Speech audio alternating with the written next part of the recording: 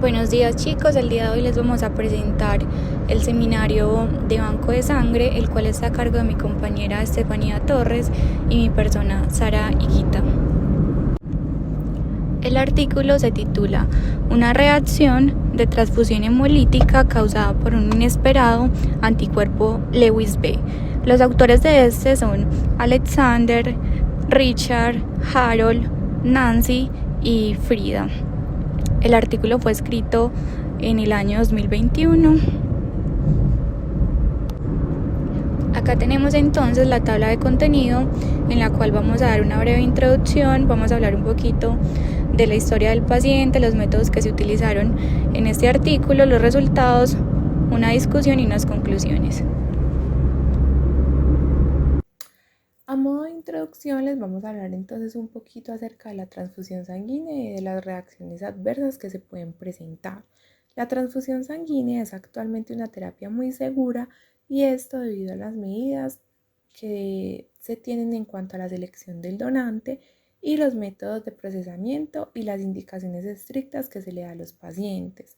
No obstante, por su naturaleza ser de producto humano, y presentar la posibilidad de transmisión de enfermedades, no está exenta de efectos secundarios.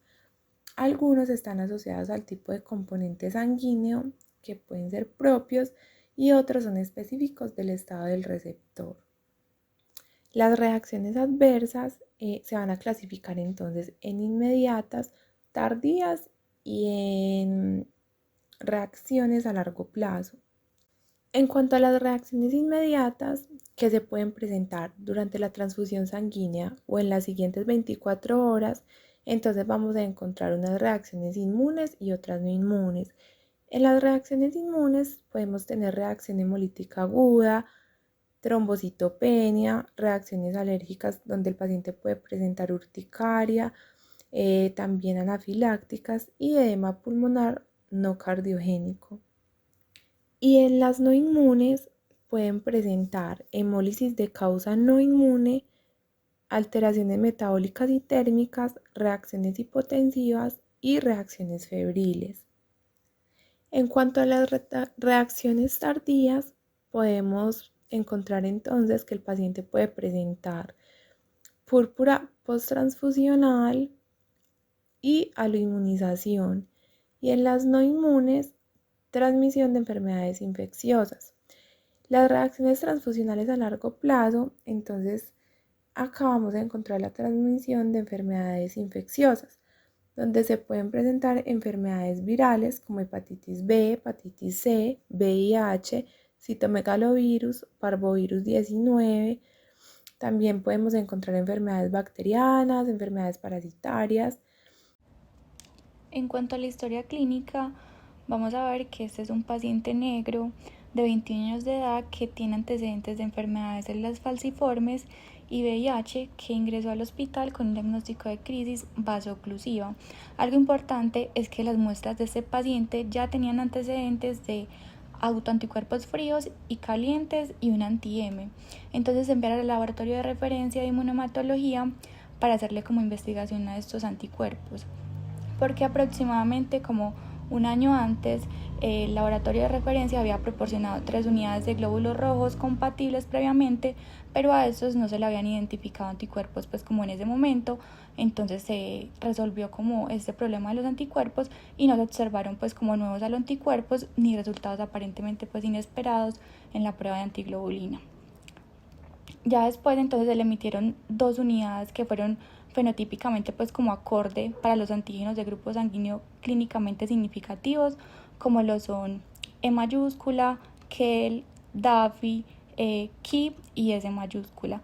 Y aparte de eso, pues hubo también una compatibilidad en las pruebas de antiglobulina indirecta para estas unidades de glóbulos rojos.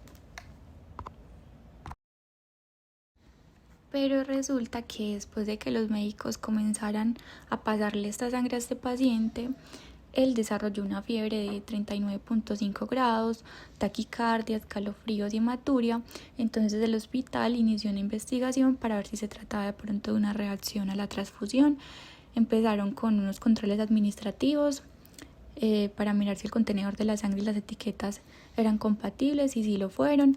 Revisaron la muestra y vieron que cuando la muestra era previa a la transfusión estaba itérica, y que la muestra después de la transfusión estaba hemolizada. Esto es pues como de gran importancia, incluso lo vamos a ver ahorita en los resultados. Y también nos dan pues como los resultados de la prueba de antiglobulina directa antes y después de la transfusión fueron positivos, y los resultados de laboratorio mostraron un nivel elevado de lactato deshidrogenasa cuando el nivel normal es de 34 a 246 unidades por litro. Este paciente tenía 2.476 unidades por litro, entonces estaba supremamente aumentada, y un nivel de actoglobina disminuido por debajo de 31. Algo importante también acá es que el análisis de orina mostró sangre abundante y bilirrubina normal. Entonces, debido pues como a estos hallazgos que ellos encontraron, principalmente pues en la muestra posterior, que era la que estaba hemolizada, y al análisis de sangre y orina, se informó pues como una reacción transfusional hemolítica aguda, y la trataron con metilprednisolona.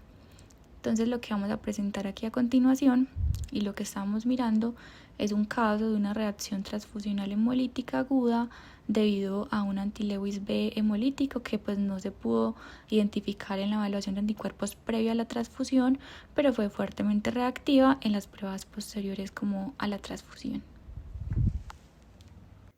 Bueno, en cuanto a los métodos utilizados, después del paciente haber presentado la reacción a la transfusión, lo que hizo el hospital fue recolectar una muestra posterior a la transfusión y la envió al laboratorio de referencia de inmunohematología para poder hacer la identificación de los anticuerpos.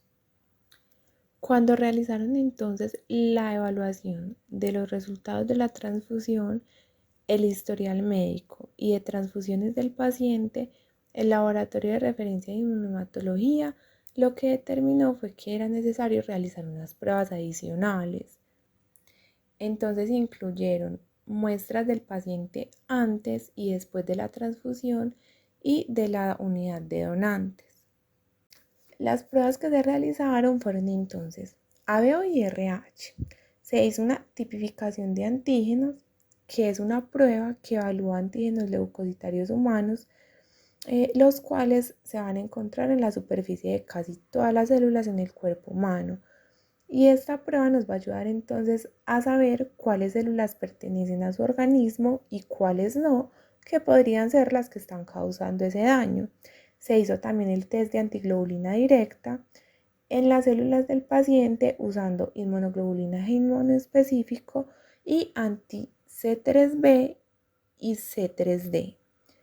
Se repitió también la prueba cruzada y se hizo un tratamiento de plasma con ditotretiol, que es un reactivo que se emplea en las técnicas de inhibición que pueden ser útiles para identificar algunos anticuerpos o para determinar si en el suero existen anticuerpos de significancia clínica.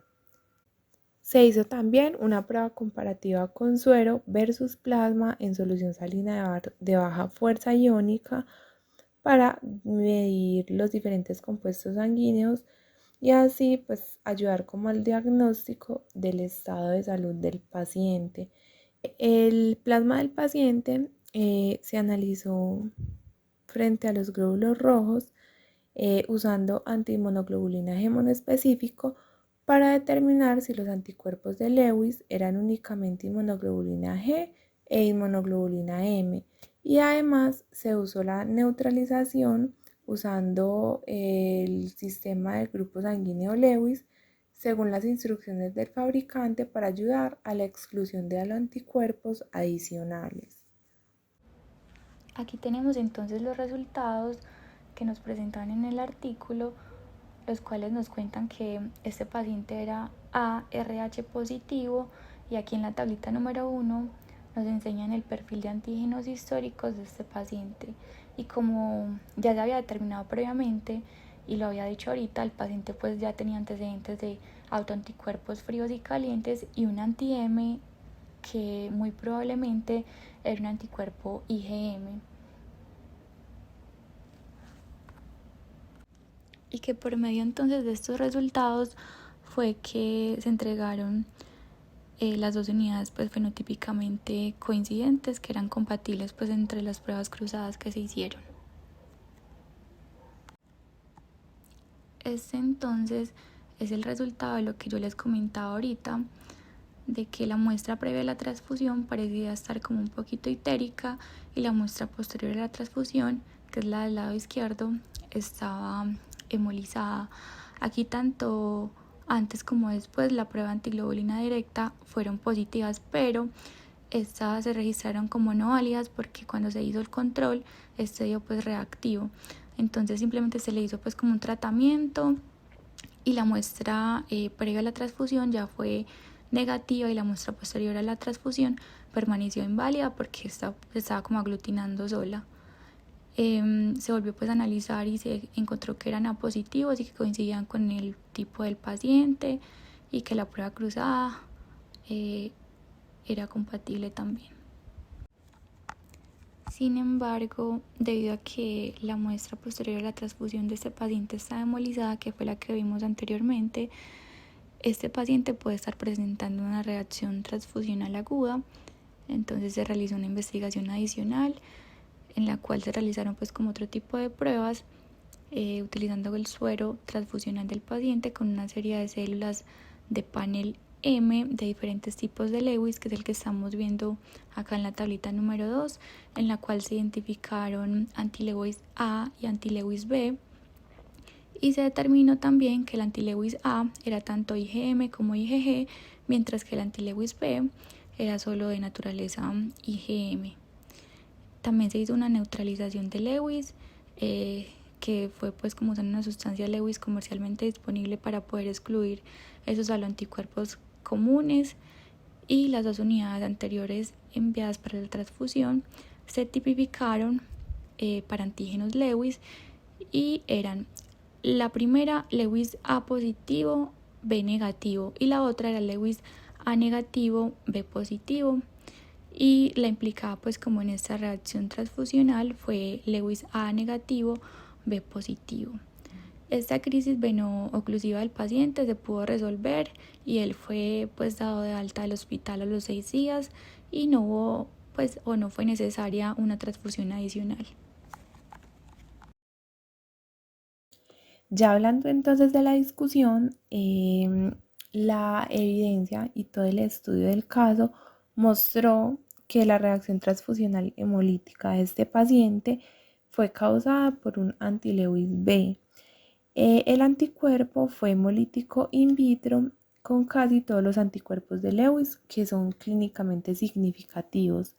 Las unidades que el paciente recibió en el momento de la primera transfusión fueron positivos para Lewis B y negativos para M, al igual que la unidad involucrada en la reacción transfusional hemolítica.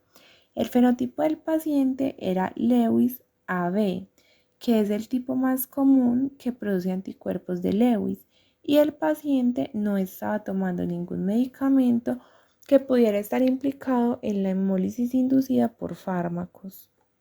Hablando así como modo general, los anticuerpos de Lewis no se han considerado clínicamente significativos y se espera que los glóbulos rojos que sean compatibles en pruebas a 37 grados, independientemente del fenotipo de Lewis, tengan una supervivencia in vivo normal y no es necesario transfundir glóbulos rojos antígeno negativo en la mayoría de los pacientes. A diferencia de los antígenos ABO, estos antígenos de Lewis son antígenos glicolípidos extrínsecos que se van a eludir fácilmente y se eliminan de los glóbulos rojos transfundidos a los pocos días de haber realizado una transfusión. Los antígenos de Lewis en el plasma pueden neutralizar los anticuerpos de Lewis en el receptor. Por estas razones, la hemólisis in vivo es muy rara después de una transfusión. En la literatura entonces solo se han encontrado 5 pacientes más con anti-Lewis B causando hemólisis. Incluso anti-Lewis A se ha relacionado más frecuentemente con reacciones transfusionales hemolíticas. Este estudio nos muestra entonces la importancia de investigar los anticuerpos de Lewis como una posible causa de reacción transfusional hemolítica. Tanto anti-Lewis A como anti-Lewis B se han asociado con enfermedad hemolítica del recién nacido. Además, cuando hay autoanticuerpos fríos, es muy importante continuar incluyendo pruebas de aglutinación directa a 37 grados. El control automático va a servir como una guía para la reactividad. Este estudio también nos destaca como el hecho de que las plataformas actuales para pruebas automatizadas usan plasma, lo que significa que al menos en este caso en particular, la clínicamente significativa que fue Lewis B no habría funcionado como la detección por métodos automatizados.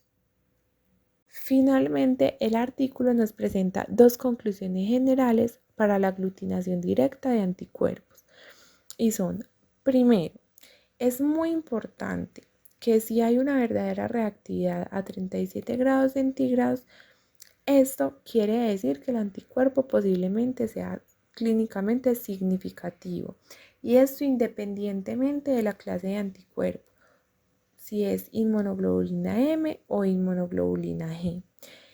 Y segundo, es muy importante considerar la evaluación del suero cuando esté disponible, en lugar de utilizar muestras de plasma a 37 grados para observar la hemólisis. También recalcan que es importante recomendar al paciente que lleve consigo una tarjeta de identificación de anticuerpos para cualquier ingreso hospitalario en el que pueda haber la necesidad de una transfusión de sangre.